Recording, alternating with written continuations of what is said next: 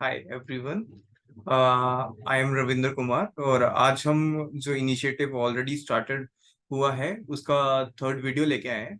आप जैसे जान रहे हैं, इससे पहले दो वीडियोस ऑलरेडी आ चुके हैं और आज जो वीडियो है इसमें हम बात करेंगे ऑप्शन ट्रेड्स के बारे में कि ऑप्शन का बेसिक क्या है, किस बेसिस पे ऑप्शन मूव करते हैं। देन हम उसके बाद में एडवांस पे भी जाएंगे। तो आज जीरो से ही स्टार्ट करना चाहेंगे और तो उससे पहले मैं आपको रिक्वेस्ट करूंगा कि आप लोग चैनल को लाइक करिए, शेयर करिए, सब्सक्राइब करिए और अपने फ्रेंड्स में स्प्रेड करिए सो दैट कि ये जो अवेयरनेस प्रोग्राम है इसका जो हमारा मोटिव है वो कंप्लीट हो सके और इसमें हम जो अवेयरनेस लोगों को देना चाहते हैं लोगों के लिए हेल्पफुल हो। और स्टार्ट करते हैं बेसिक ऑफ ऑप्शन से। तो सबसे पहले डिस्क्लेमर। डिस्क्लेमर में जितने भी सिक्योरिटी मार्केट में इन्वेस्टमेंट है वो सारे सब्जेक्ट होते हैं मार्केट रिस्क के और सारे डॉक्यूमेंट केयरफुली रीड करें बिफोर इन्वेस्टिंग।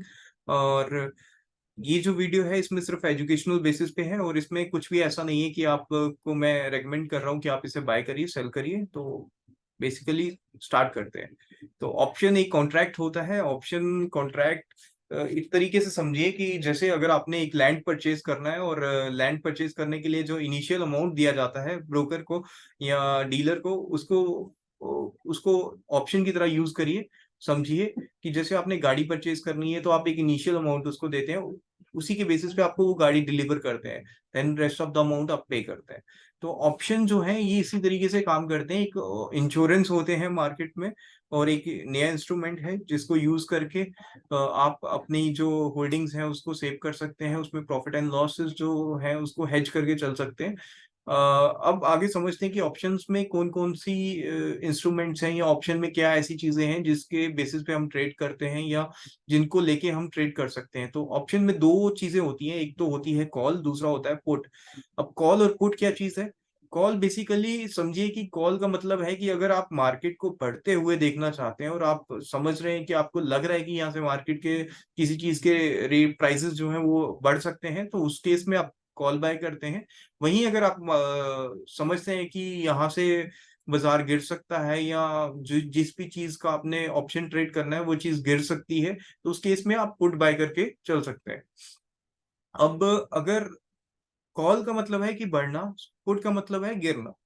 अगर आप बायर हैं तो आपके पास राइट्स हैं, बायर के पास राइट्स होते हैं और सेलर के पास ऑब्लिगेशन है। बायर के पास राइट ये है कि अगर वो अपना राइट एक्सरसाइज करना चाहता है तो सेलर को वो चीज बेचनी ही पड़ेगी, चाहे उसके रेट्स ज्यादा हो गए। इसको इस तरीके से समझिए कि जैसे आपने कोई चीज पे प्री अग्रीड प्राइस कर लिया, जैसे गोल्ड पे आपने कह दिया कि मैं गोल्ड बाय करूंगा 60,000 की वैल्यू पे, और आपने उसके लिए एक इनिशियल अमाउंट बयाना आपने उनको दे दिया और इनिशियल अमाउंट के बेसिस पे आपके बीच में एक अग्रीमेंट हो गया कि अगर प्राइसेस जो है अगर क्या प्राइसेस अगर बायर जो है वो एक्सरसाइज करना चाहता है, 60,000 पे खरीदना चाहता है तो सेलर को बेचना ही पड़ेगा।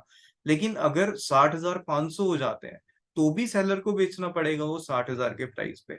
तो कॉल बायर जो है उसको बेनिफिट होता है इसी केस में कि अगर मार्केट बढ़ जाती है बहुत ज्यादा तो वो एक जो प्री डिटरमाइंड प्राइस, जो प्री अग्रीड प्राइस है उनके बीच में जिसपे डील हुआ है, उसी प्राइस पे वो लोग बाय करेंगे। वहीं पुट के केस में अब प्राइस मार्केट गिरने का रिस्क है तो आप पुट बाय करके चलते हैं। इस केस में अगर मानिए कि गोल्ड के प्राइसेस 55,000 आ जाते हैं और 60,000 रुपए उस समय ट्रेड हो रहे थे जब अग्रीमेंट हुआ था, तो वो जो है वो प्री अग्रीड प्राइस जो भी होगा उस पे उसको बाय कर लेगा पुट बायर, और सेलर को वो बेचना ही पड़ेगा। अब इसमें बेसिक जार्गन्स होते हैं जिनको यूज किया जाता है और जिनसे लोग कंफ्यूज होते हैं। ये जार्गन्स क्या होते हैं? जार्गन्स में बेसिकली लॉन्ग एंड शॉर्ट का यूज किया जाता है। जैसे बहुत बार आपने बहुत सारे लोगों के मुंह से सुना होगा कि लॉन्ग कर लिया मैंने, शॉर्ट कर लिया। लॉन्ग का मतलब बेसिकली बाय कर लिया, शॉर्ट का मतलब सेल कर लिया। अब दूसरा जो इंपॉर्टेंट है वो है स्ट्राइक प्राइस। स्ट्राइक प्राइस में बहुत लोग कंफ्यूज होते हैं कि स्ट्राइक प्राइस क्या है, स्पॉट प्राइस क्या है। स्ट्राइक प्राइस होता है कि जिसका ऑप्शन आपने, जिस स्ट्राइक पे आपने ऑप्शन बाय किया, मानिए कि जैसे 100 रुपए अभी कोई चीज चल रही है और आपने 110 का ऑप्शन उसका बाय किया और 10 का कॉल ऑप्शन आपने बाय किया, तो वो 110 जो है वो उसका स्ट्राइक प्राइस है। वहीं जो 100 है वो उसका स्पॉट प्राइस है। 102 अगर उस समय ट्रेड कर रहा है किसी चीज का प्राइस और आप उसका स्ट्राइक बाय करने जाते हैं 105 का, तो 105 उसका स्ट्राइक प्राइस है, 102 उसका स्पॉट प्राइस है। अब इसके बाद में इसमें आता है कॉन्सेप्ट इन द मनी का। इन द मनी ऐसे समझिए कि अगर आप कॉल बायर हैं तो उसके नीचे, जैसे 100 का कॉल बायर हो, तो 100 के नीचे जितनी भी वैल्यूज है वो इन द मनी में आएंगी, 100 से ऊपर जितनी वैल्यू होंगी वो आउट ऑफ द मनी आएंगी, 100 के बिल्कुल नियरेस्ट जो वैल्यू होगी वो एट द मनी आएगी। तो अब आउट ऑफ द मनी समझ लिए। ये कॉल के केस में है। पुट के केस में उल्टा होता है। पुट के केस में हम मार्केट को गिरते हुए देखना चाहते हैं। इस केस में 100 के नीचे की जो वैल्यू है वो आउट ऑफ द मनी है, और 100 के ऊपर की जो वैल्यू वो इन द मनी है। उसके बाद में एट द मनी होगी कि अगर स्पॉट हमारा ट्रेड कर रहा है 98, तो उस समय हमारा जो एट द मनी स्ट्राइक होगा वो होगा 100, क्योंकि 100 के बिल्कुल पास है 98। 95 जो है वो भी दूर है 100 से, तो इसीलिए अगर वो 97 ट्रेड कर रहा होता स्पॉट, तो हमारा एट द मनी स्ट्राइक जो होता वो 97 होता। अब नेक्स्ट जो कॉन्सेप्ट आता है वो आता है इंट्रिंसिक वैल्यू। इंट्रिंसिक वैल्यू कहाँ से आती है? ये आती है strike minus spot, spot minus strike. और इसमें क्या है कि जो आपका स्पॉट चल रहा है उस समय मानिए 98 चल रहा है और स्ट्राइक आपकी 100 चल रही है, तो 100 माइनस 2 98, तो 2 उसका आंसर आएगा। तो 2 जो है वो उसका इंट्रिंसिक वैल्यू है 2।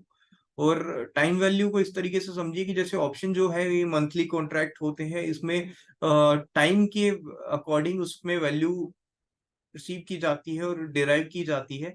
तो वो टाइम जैसे जैसे कम होता है तो ऑप्शन का जो टाइम वैल्यू है वो भी डिक्रीज करता जाता है।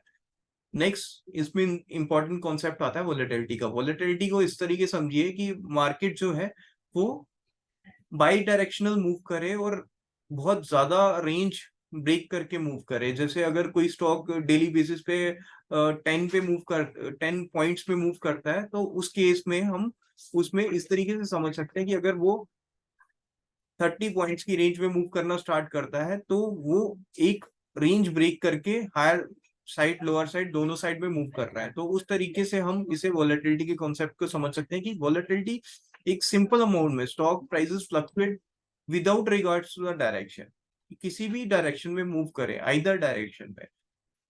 इसमें भी दो इंपॉर्टेंट कॉन्सेप्ट है, हिस्टोरिकल वोलेटिलिटी और इम्प्लाइड वोलेटिलिटी का। हिस्टोरिकल वोलेटिलिटी जो चीज है इसको इस तरीके से समझिए कि जैसे पिछले एक साल में किसी स्टॉक के प्राइसेस जैसे जैसे मूव किए, daily fluctuations, day to day fluctuations, उसका जो एवरेज आता है उसको बोलते हैं हिस्टोरिकल वोलेटिलिटी। वहीं इम्प्लॉयड वोलेटिलिटी डेली बेसिस पे जो मूवमेंट आ रही है ऑप्शंस में उसके बेसिस पे डिराइव की जाती है।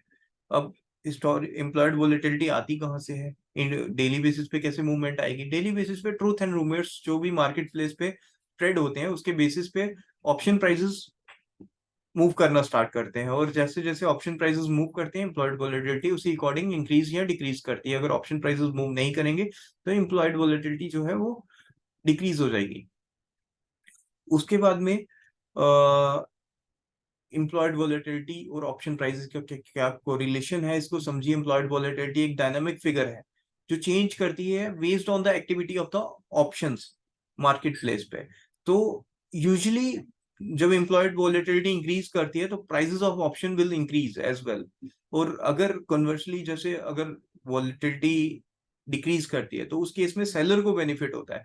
और वोलेटिलिटी इंक्रीज कर रही है इम्प्लॉयड वोलेटिलिटी आईवी, तो उस केस में ऑप्शन बायर जो है उसको वो बेनिफिशियल होता है, और अगर एम्प्लॉयड वोलेटिलिटी आपकी कम हो रही है उस केस में सेलर बेनिफिशियल रहता है। तो ये आज का एक बेसिक इंट्रोडक्शन था ऑप्शन के बारे में। नेक्स्ट वीडियो में हम डिस्कस करेंगे कि कैसे स्ट्राइक प्राइसेस सेलेक्ट करते हैं, कैसे ऑप्शन चेन को रीड करते हैं। तो थैंक यू सो मच।